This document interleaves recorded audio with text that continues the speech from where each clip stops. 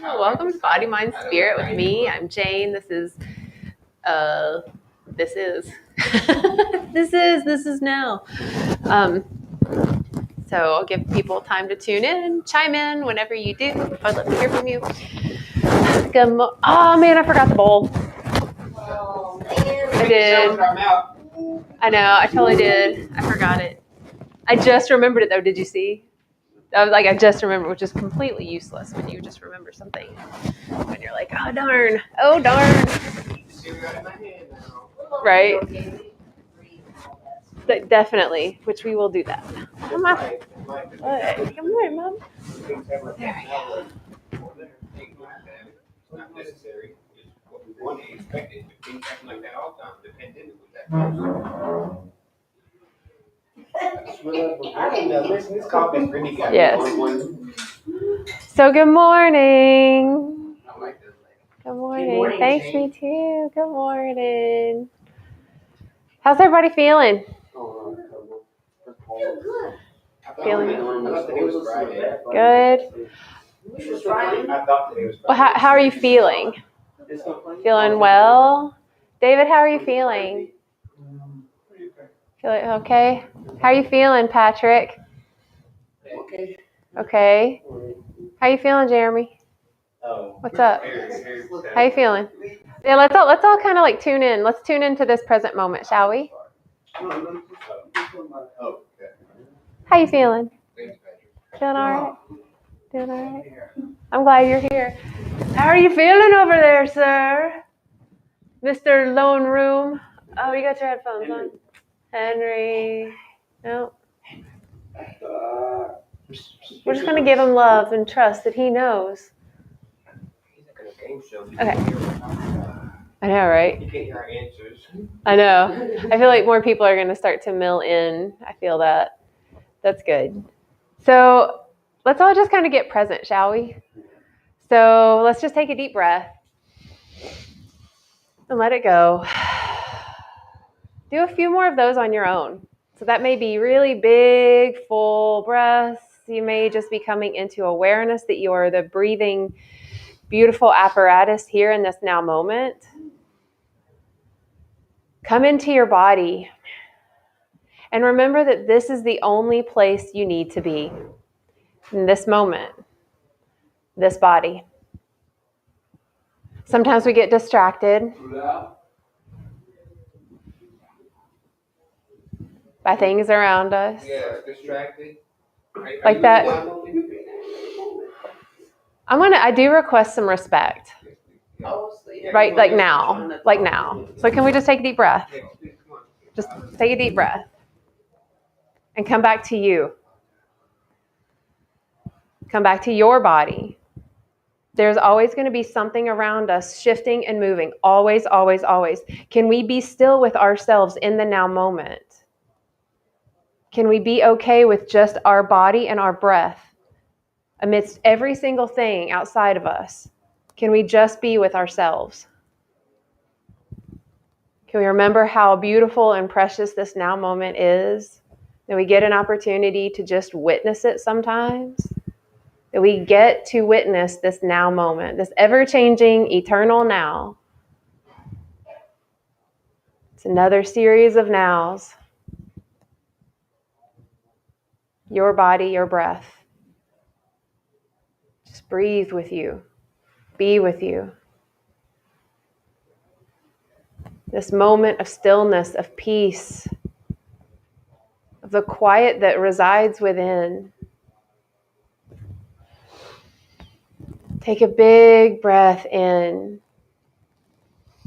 Take a big breath out.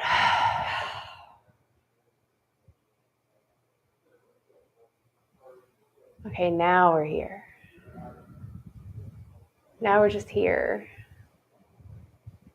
So now we're just here. We're just here. So all we got to be is just here. And so often we get so caught up in everything outside of ourselves. I did it when I first sat down. I can't get my foot on the chair just right. I can't get my foot on the chair just right. You know, it was I need to get this just so I need to make sure that everything on here is fine. And oh, is there enough chairs? And we do that. Like, that's what we do as humans. And we get so into that pattern of that even when we stop, we're still in that pattern, right? And so then when we actually get moments to just pause and be still, because we're so much in the pattern of the going and the making sure and all of this stuff, then we'll even add stimulants into our life as everybody's drinking a cup of coffee, right? Because even when we get the opportunities to be still, most often we have a challenge in feeling stillness. So then we go and we're like, I'll just get the stimulant real quick, or I'll check my phone real quick. I'll get that little bump, So it's like, I just want to bring awareness that we all do this. Like, we all do this. I do this. We all do this. Humans do this.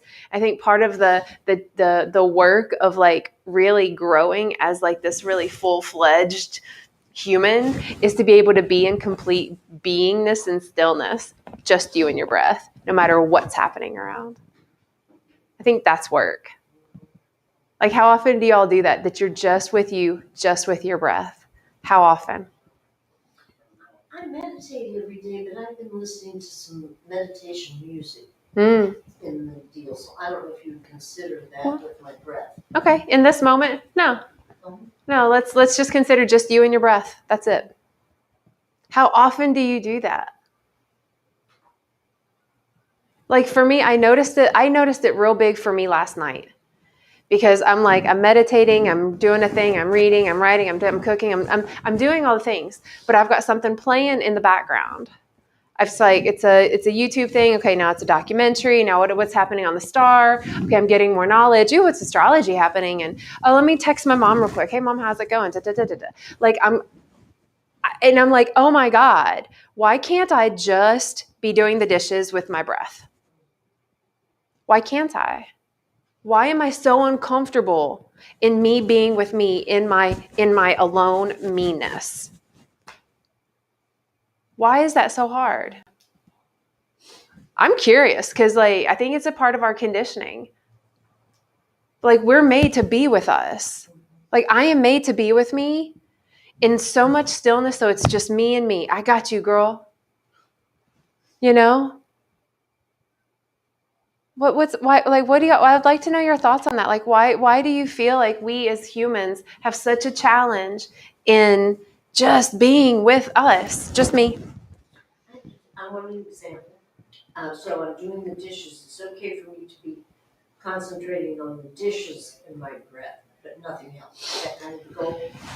I don't know if it's necessarily a goal. I think it's just the topic, just to have in our awareness. Sometimes it's almost like if I notice that I'm only alone, I'm always in silence, then I'd be like, why don't you ever want to be in some sound? But we are in a society and a reality where most of us are so busy with sounds and things and things and things and things that when it's just us, well, maybe I'll just grab a bite now. I'm not really hungry, but I'll do something. I just forgot that beeped.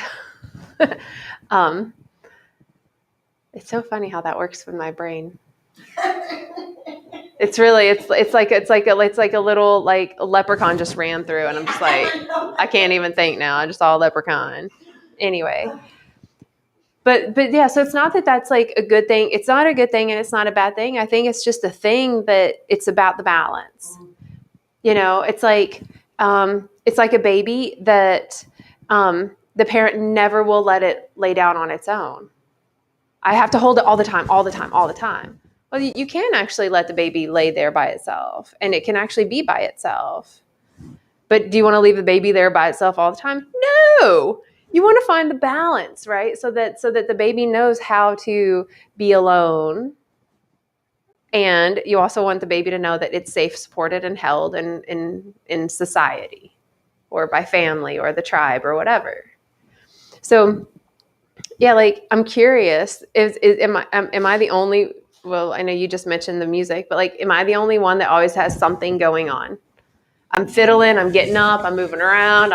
Let me check this. I just sit down. I'm like, oh, I'm going to sit here with my breath, I never do that. right? Because then what happens? My mind starts wandering. Yeah, and then I can't be with my mind wandering. So what do? I get up and I do something.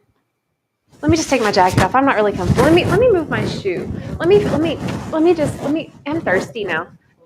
Really, Jane? You can't wait 10 minutes? Are you going to die of thirst in 10 minutes? No, you're not. You're just distracting yourself from being you with you alone, just your breath.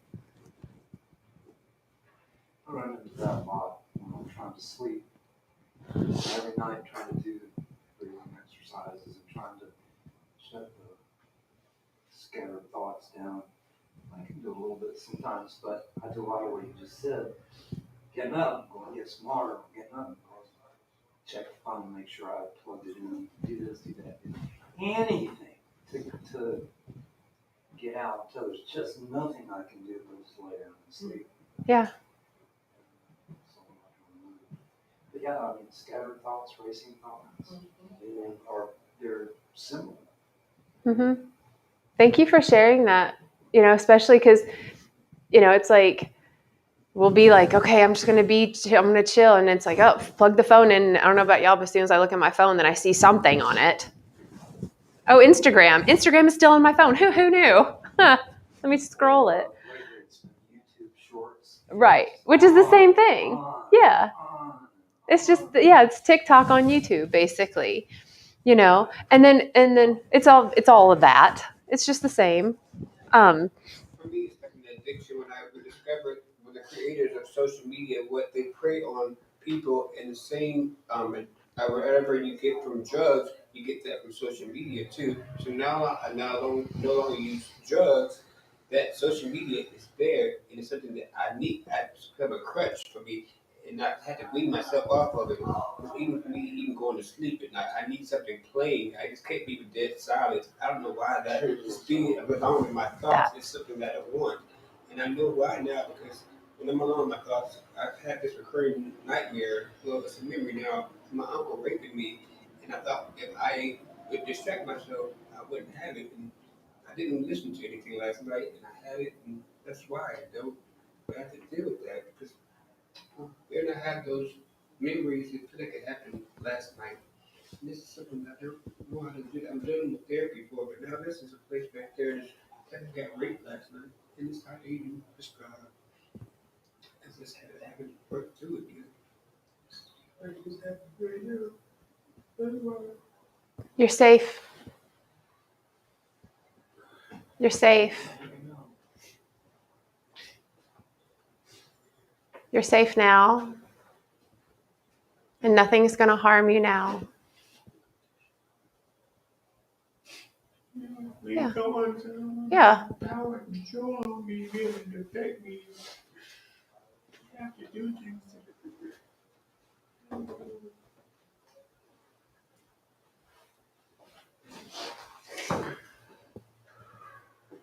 Don't talk about that. It's different.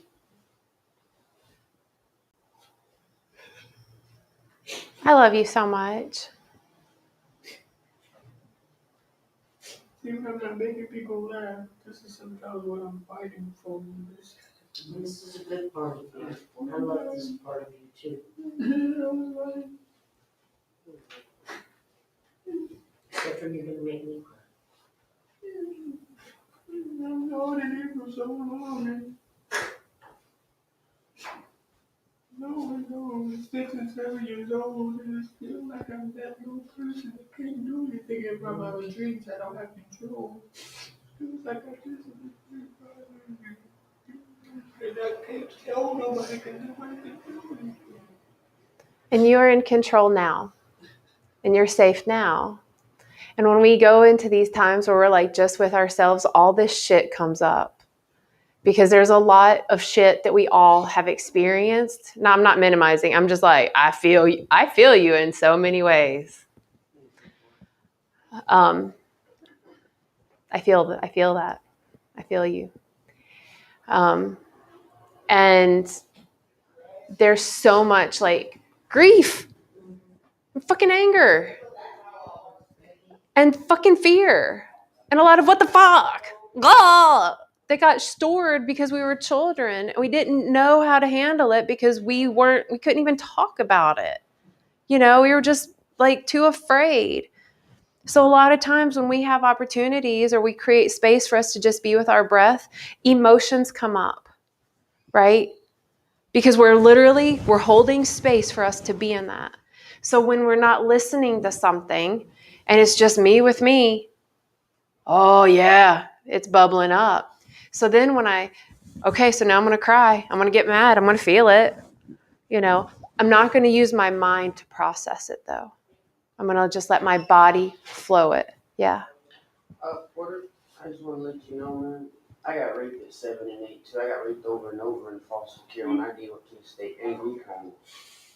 So I joined the gang and had to fight my way, but I got raped by staff, foster parents, all that stuff over and over. I got forced to eat stuff, which is why I don't eat a lot of stuff. I've been through it all, man. I got raped at Alexander. I don't want to get into too much detail. I'm saying it's very re-traumatizing for some of us who've also experienced the same thing to go into too much detail. So we'll just keep it not too much detail. But like continue, just not with so much detail. I just couldn't talk about it. Yeah. I mean, some of the people got arrested in prison for a while because other boys spoke up, but I just don't talk about it. Mm-hmm. That's the problem. You don't talk about it. And I blame myself. I know it's not my fault now. If that's what gives me freedom of telling my story and not blaming myself, and even giving my uncle grace, because he doesn't know this would affect me 30 years now. Every year now it still affects me. But I don't have to allow it to. Because I can control my mind, and I can. He doesn't have control over this. He doesn't. He won't get space in my body anymore. He's gone now. And I've told my story. You know what I mean? I don't know what's happening. When I told my story, he did it to 3 or 4 of my cousins too. He did it for me for 3 years. My own cousin. You're strong. I mean, you have it. You're strong, you know. There's more people that go through this and talk about it. And I don't want anybody to go through it. So we have the courage to tell my story, even if it only helps someone else person to know that I'm not the only person in the world that's been through it before, been through traumas and stuff. And humor is how I make my defense mechanism, but it isn't always beneficial to me. Because I don't get it out. If I'm making you laugh, but I'm crying inside. I want to do that sometimes, but I want to make you laugh. Mm-hmm. Exactly. And it takes so much bravery and courage to feel, first of all. It takes so much bravery and courage to just feel. But it's in our nature. God, it's what we're made to do. We are made to feel everything. We're not made to shove it down and to pretend to be something different. We're not made to be told that we're not supposed to feel a way. And so then because we're human and we're made to feel the way, then we cope by doing a whole lot of drugs. We do a whole lot of alcohol things. We do a whole lot of really unhealthy relationship shit. We hurt ourselves like nobody else ever could. And if we can't hurt ourselves enough, then we get in relationships that will hurt us just as bad or worse. Because we have not ever been taught that, first of all, it's just okay to feel.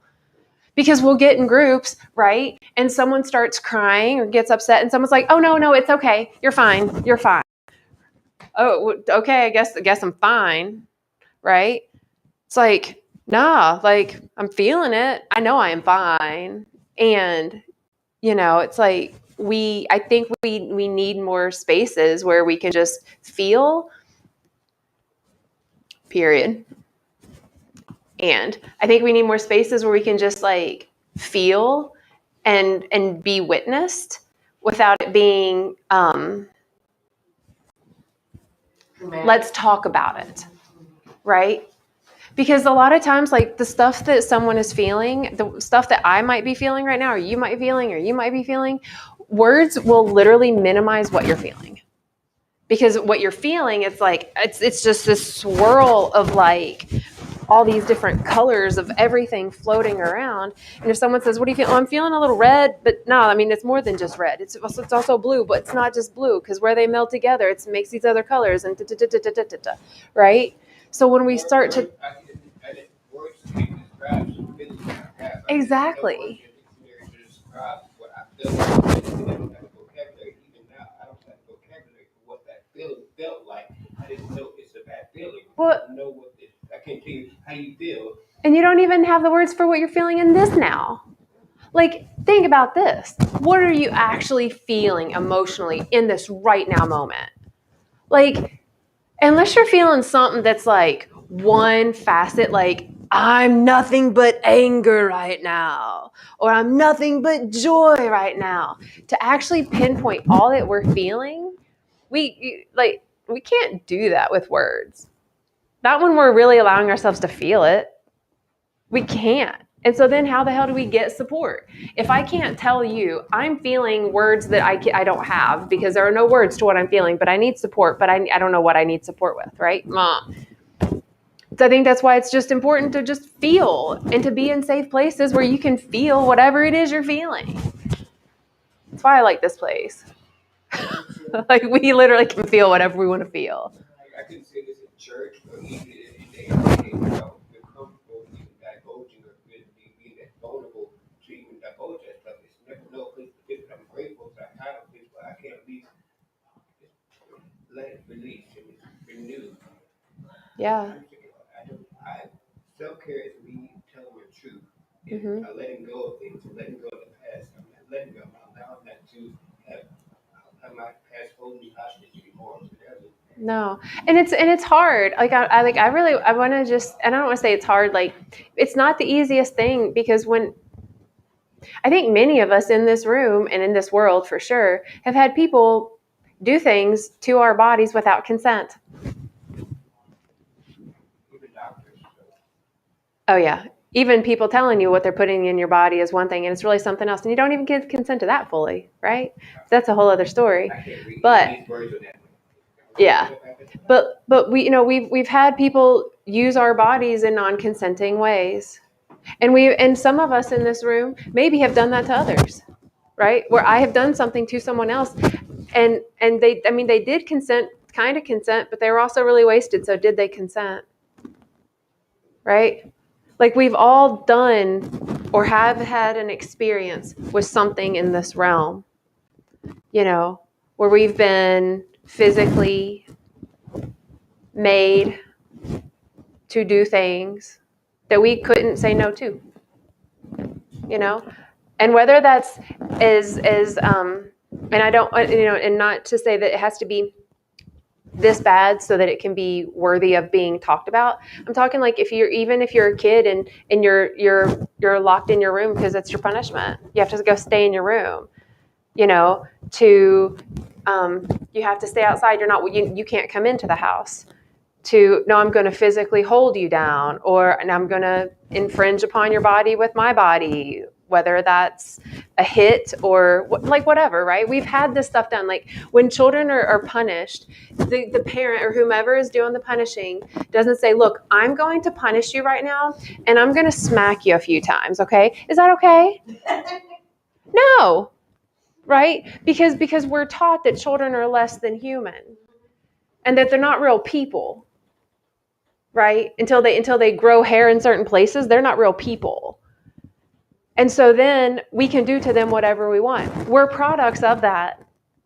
Every one of us in this room, and 99% of the population that's walking out amongst us, are a part of that group, where they were children and they did not consent to things that happened to them.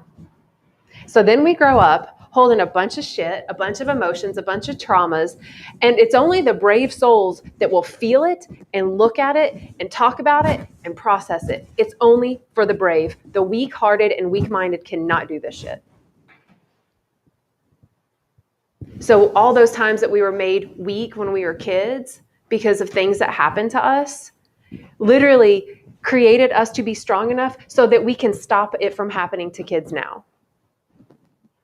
The definition of words that we use every day is now, like freedom means, and with like all those things that we don't expect that definition doesn't apply to my life, because I don't feel what that definition says or it really means, because I don't feel free in a lot of ways. I'm free in a lot of ways in my mind. It can't control my mind. you know, a lot of medicine, but I have the choice not to. In with the chemotherapy, I've been to cancer 7 times. I'm just grateful for being over it. I know everything happens for a reason, and now I know why I went through what I went through. And whatever it did to me in the process, and it was the journey that where I learned the most. When I was at my lowest, that's why I had to rely on what I was going through in the hospital. You can't have any distractions, so I was alone with my mind. That's why I got to know me better. Because I didn't have other people's opinions, other people's suggestions. If I did, I'd be like, what do I do with my life? That's why I decided to be a Christian for specialist. But now I don't care what society tells me what I want to do. I know where I'm supposed to be used because I've been used by the system. So how do I want to be used in a good way? My story, telling my story. I Patrick all this time, I would never have known that we had that much of a bond. But you have these kind of conversations. You get to know, then I get to have more of like, now I don't have to ask them what happened, but now we have more of a, Mm-hmm. and now it's always an unspoken something. You understand that it's more of a conversation now. I'm so glad you mentioned that because I don't know if you all find this. Like you find someone in your life and you're like, it's like your person that they've been through something similar. And you're like, oh my God, you've done that too? I went through that too. Oh God. And so then you can go one of two ways. You can go, how bad was it for you? This is how bad it was for me. And then we both end up leaving and feeling like we just like relived the experience. We both feel worse. We both feel heavy about it, you know, right? Or it could be, well, there are actually one of three ways. And then the other way is like, yeah, how did you get through it? How did I get through it? I want to try that now because that's a tool that I didn't even use. And right? So like then we can start to like support each other because now it's like, oh shit, well this happened and this happened. What if our superpowers united, right? And then there's this the middle space is that space of shit, you went through that, I went through that. How you feeling today? How you feeling today with it? Just like how are you feeling without going into what happened or what we will do, but like, how are you feeling in this now moment about it? Because sometimes it's like, oh, I actually don't feel anything about it. And sometimes it's like, and I feel it in my body. It's like, I feel it in my stomach today. Or maybe it's like, I don't know, but I feel like I just need to cry a lot today. And I don't know if it's because of that, but we don't need to talk about the same thing about what happened, but we just have this like, now this understanding, like you went through that and I went through that. You know, like, how you feeling sovereign and safe and secure today? How's that feeling for you? Yeah, and it's being with each other so that we can still feel everything and not have to talk about it. Like those are the best relationships when you don't have to talk. I have one. Yeah. With your cat? Roxy. Oh, Yeah, with my cat. right, because the cats won't talk. Like, you know, if we could be more like the animals where we could just like hold space and just listen. And then also have someone in our life that is like that animal that can hold that space and just listen to us. You know, like, Two kitties do that, and they do it with each other because they love each other so much. yeah, But they do listen to me. When I'm active, they're active. When I'm laying down, they come lay down with me. It's just the most beautiful relationship, honestly. right? They're just accepting. Putting that out there. A little plug for acceptance for you. Oh, I know, and I was thinking that There you go. just now. There you go. Thank you. Yeah. But yeah, like, you know, I just want to acknowledge that, like, y'all, we have all been through some shit and we're still going through shit because we're still processing it. You know, it's like if I drove my car and if I went, so y'all know I drive a little Kia Soul. So like, but if I went mudding in it, first of all, I wouldn't. But if I did, right? So now Fern, I call her Fern. So now Fern is covered in mud, right? So she's covered in mud and you can tell like, wow, she went through that mud. She went through that shit. She went through that she went through that. Okay, cool. Now, here's the thing. It might take me more than just a rain to clean it. You know, now it's like, okay, well, now I got to like rinse it off with the hose. Well, that's another layer of cleaning, of processing, you know, and then it's like, eventually I'm going to take it to Autobell. Okay, that's another layer. Oh, now I'm going to go get it detailed. Oh, that's another layer. But now it rained again and now she's spotted again. Went through another mud puddle. Oh, okay. So we're always in this process, right? And so I just want to acknowledge, first of all, that we're all in this process called human of processing any previously lived experience. And it's the brave and courageous that can do it by feeling through it and having a safe support network to like talk about it, like to talk about it.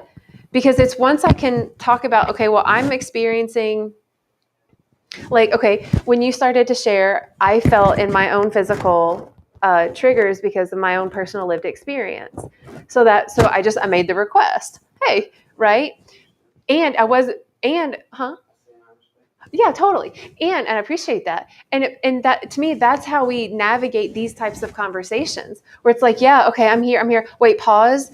I can't handle the detail in this. Can we just redirect? Cause I still want to hear what you have to say.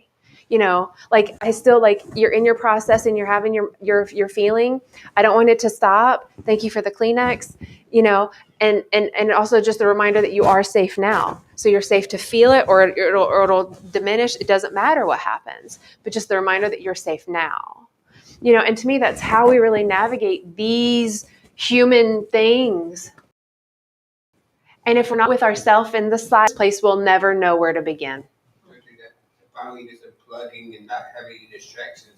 That's when all that came back for me. It needed to happen because if I don't walk through it, I'm not going to get over it. Right. It's always going to be there. It's like a stain on your pants. You can scrub it out, you can shout it out. It's still going to be there. It's always going to be there. It stays in our body with dis-ease. Go away. I just have to accept it. That is a part of my life, but it's not. It doesn't define me. Right. It's considered. It doesn't define who I am today. Yeah. It redefines me because now I have more of a connection to people who've gone through that as well. Like now we have a conversation. Now I can say I've been through that as well. Right. It's a deeper sense of brotherhood now.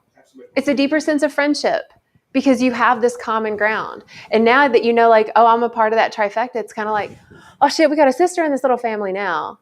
Ooh, right? And then, when we really start to acknowledge, like, oh snap, we are so much more connected and loved and supported. But if we don't give ourselves the time, space, and grace to just be with me in silence and me.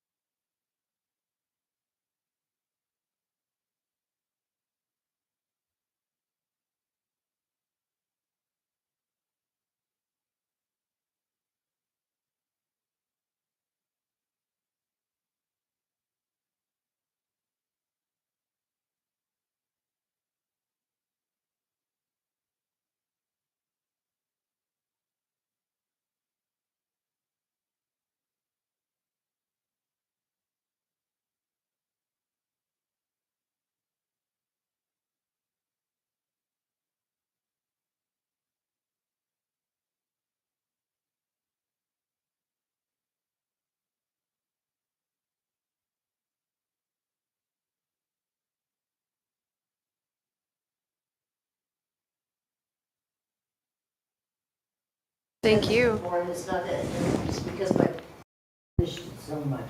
But my burns altered my life.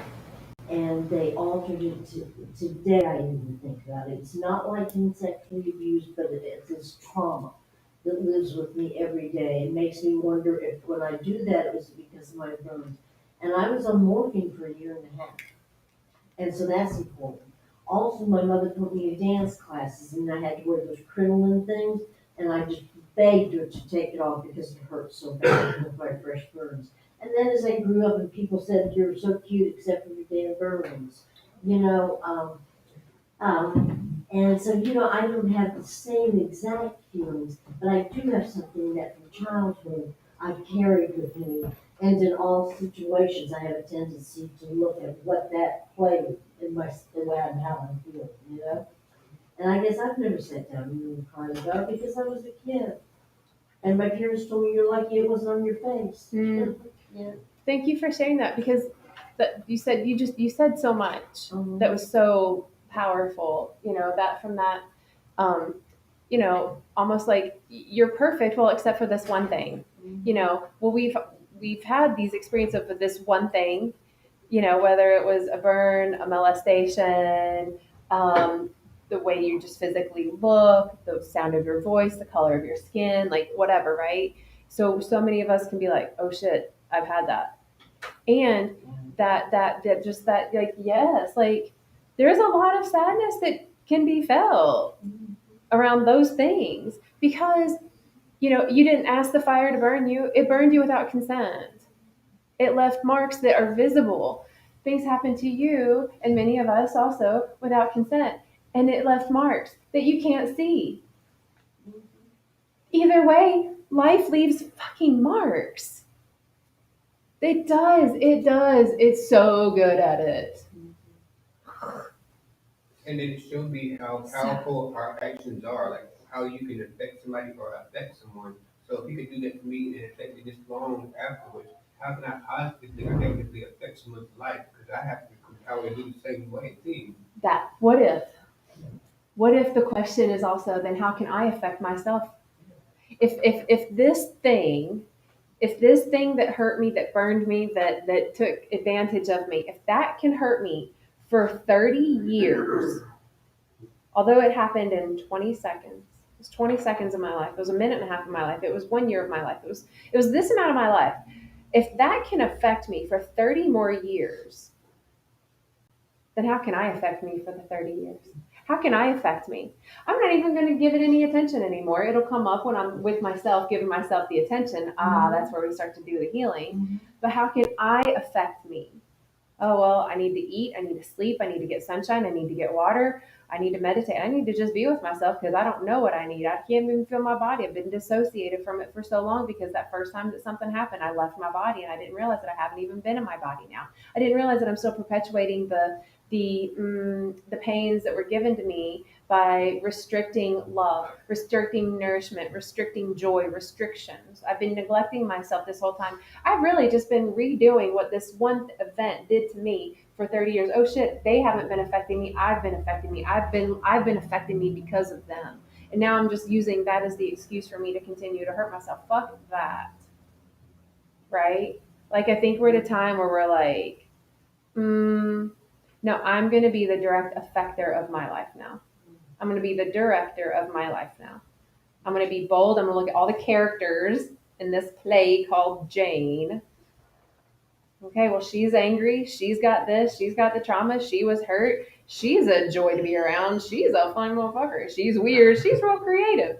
Wow, I'm going to be with all of these parts of me now. And I'm going to direct now how they show up and how they're going to play together. Some might actually dissolve and go away. Others may get bigger in this garden of me. But it's not until I'm in that stillness with just me and my breath that I'll even be able to start to discover those parts of me. If I have distractions, I've got my phone, I've got this sound, I've got this thing, I've got this, then I'm never going to be enough with me to know all the depths of me that I am. And we're like some fast humans. And we're the courageous ones because we're the ones that are here now doing what we're currently doing. It's the reason why we've been burned in all the ways, from our ancestors that got burned at the stake, like you name it. We're here in body now to stand up for us and to say like we can go through it. It's generational. Sometimes our ancestors pass it on to us. Even our parents passed on their trauma to us, and it's still not healed. And sometimes it's generational and it's passed on. I don't want to allow it. That's why mom said you get to break the generational curse. That's a big responsibility. Why couldn't I? Because now I have more information about where my power comes from and how to take my power back. And we break generational curses through us anyway. Like all the ancestral trauma that is in my DNA, how do I go back and heal it? I be the healed. I heal me. And that changes the DNA. That's where it all changes. Let me hear what Jeremy has to say first. He had his I hand was up. gonna ask, what does Mom and Jane share on Just she's listening. She apparently the thing died, that? so she shared it with me, and I'm really grateful. Yeah. Good morning. Good morning. I mean, I'm kind of together. I'm coming in at the tail end or something, so to speak. But sometimes when you, like, I mean, how you would just try to elaborate about all of what are you by yourself, which is like in all of us, we all have different different dimensions about ourselves. And due to traumas and this, that, to the third, that we all, everybody endures. It's just sometimes some parts of your body or some parts of you, however you want to say it, heals itself in its own way. You know what I mean? So, and then collectively, everything actually heals itself all in one. Maybe it's just not to the satisfaction of one part that wants it all done today, which knows that it could be done today, but parts of you choose not to just get it done today, if that makes sense. Totally. So, I mean, but, like I say, we all go through what we all go through, regardless of today, what you do today will still affect you 30 years tomorrow. So what happened 30 years ago, I mean, if you decided that it's going to take you 30 years to overcome that and not be ashamed of it or whatever the case may be, then let it take those 30. Mm-hmm. You know what I mean? But once you get over it, you're totally over it. You know what I mean? Because you just know that scar is there. I'm glad it healed up. I'm over it now. I can move on. I know it's still there. I'm not trying to open it up again because it cost me this long of a time for this to actually heal. It cost me 30 years to close that scar. Right. So why would I mean, unless the individual themselves just like torturing themselves, then so be it. I mean, because the more you want to torture yourself, the more I'll talk to you till I'm blue in the face. So that's not going to work because you are determined to just want to torture yourself and keep yourself back to them 30 years, the 10 years, the however many, whatever it was.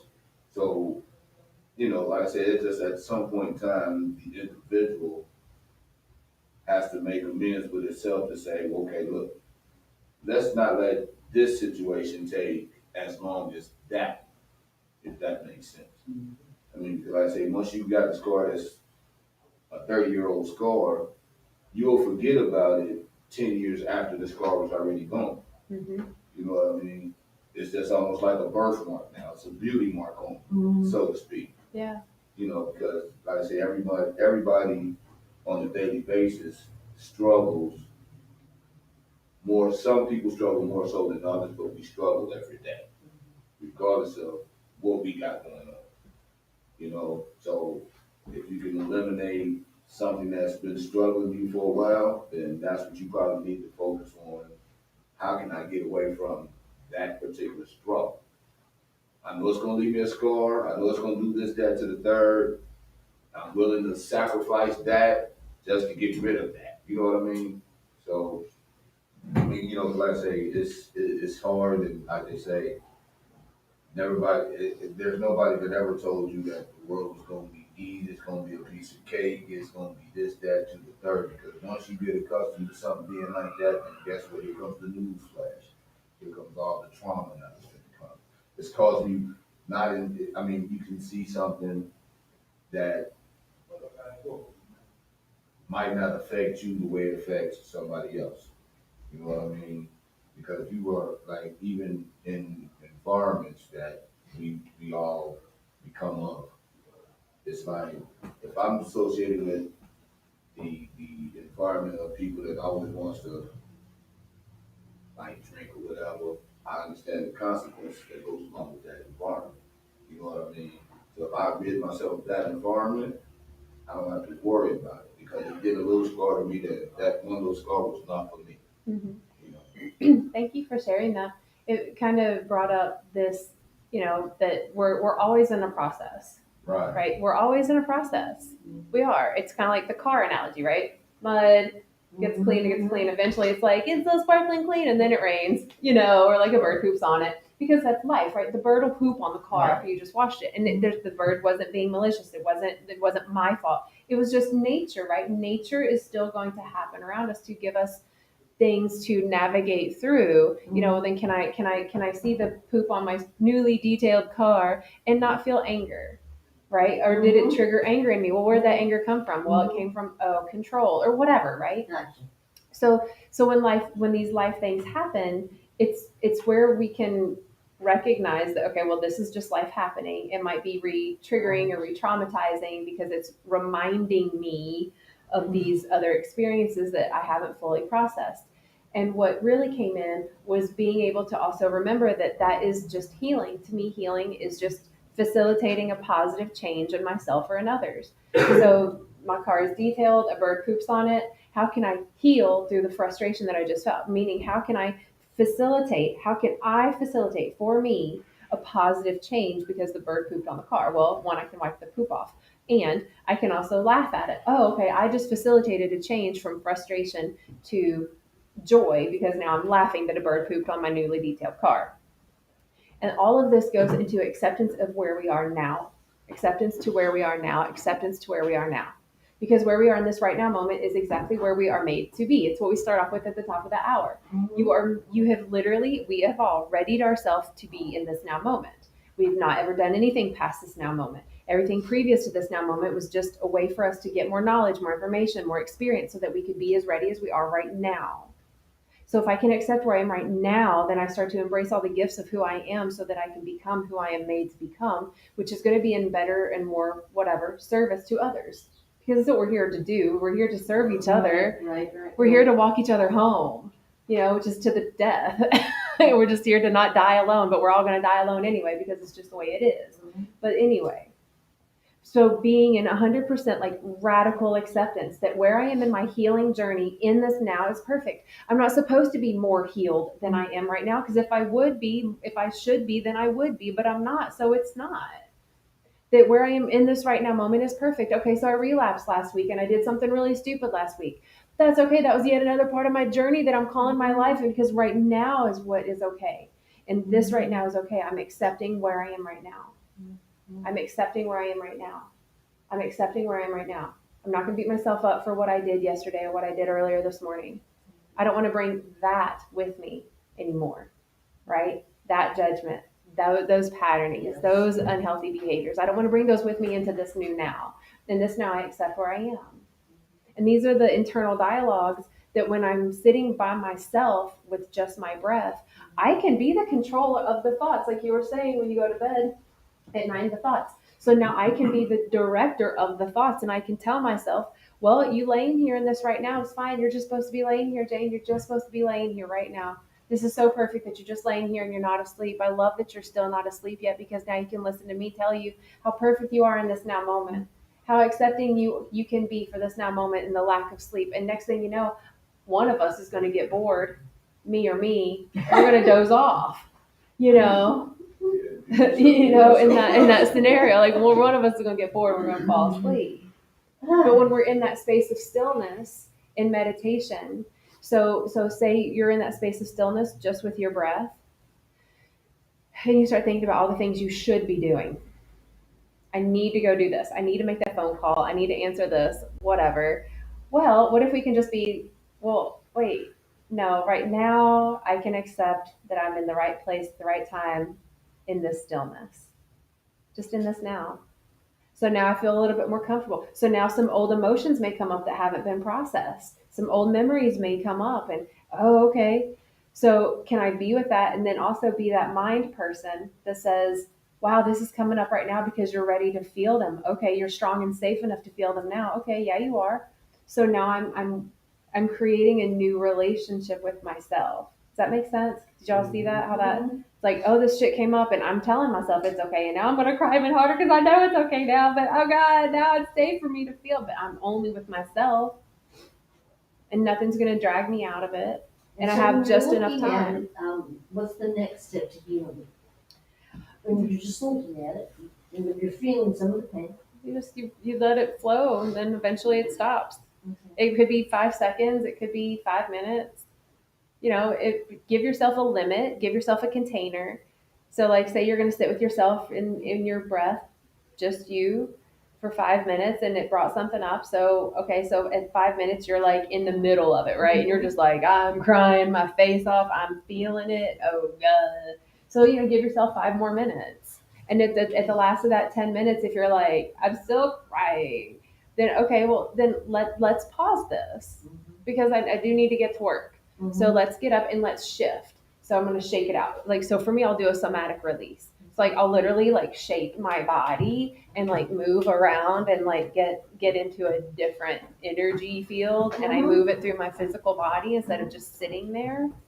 And then I'm like, okay, well, now it's time for me to go catch the ride to get to work. And acceptance works its way in there too. Yeah, just accepting it all. Accepting all. Just accept it all. Everything. Because that's even what Jesus talked about, right? Accepting everything. Like, it's love and acceptance. It's accepting everything. It's not liking it. It's not liking it. And it's not saying that I accept it into me and into my life. I accept the is of what is. And then I can be something different. I can move through it. I can create something or whatever. Jay, I'm gonna say something before we end. I realized, my therapist, I was telling her, I realized that life doesn't happen to me, it happens for me. Everything that I've gone through and will go through, I can learn from it, even if it wasn't good. I've gone through my life, but that's something good I can take from that. What good can I take from that? Everything's supposed to be teaching me something. What am I supposed to be learning? I think everything happens in my life to teach me something. I can learn something from it, even if it's a lesson that I can teach someone else. Like, even if it doesn't just accept life on life's terms. Everything's not going to go your way, but what can I get out of it? Everything might not happen that way, but you will come through it. It's not going to end you. You're still here. You survived it. If it didn't kill you, it made you stronger. Now you know how to have more empathy. It gave you some, it built my character up. I know that I will survive most things I go through. I love that you just said, if it doesn't kill you, it makes you stronger. I don't know if y'all noticed that we're not dead yet. Yeah, it should be. We're not dead yet. Well, I mean, But we're not dead yet. though, I mean, it's like, We are so strong. well, I mean, whatever life teaches us, we might not benefit from it, or we may not see that we're benefiting from it today or tomorrow, but what we learn today, we could benefit from it next week. Yeah.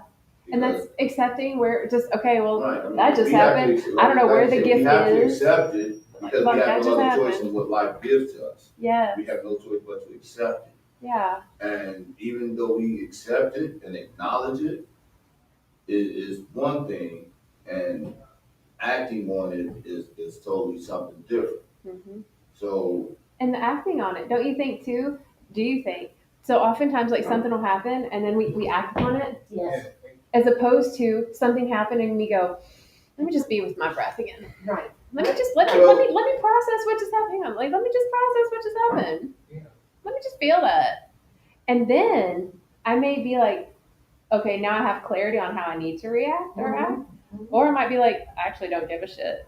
Right. It's not my circus. I don't even care. right, I mean, You know? that's basically what I was just saying. It's just like, for you to see, like, let's just say, we see an automobile accident. The first time you seen one, it was just shocking.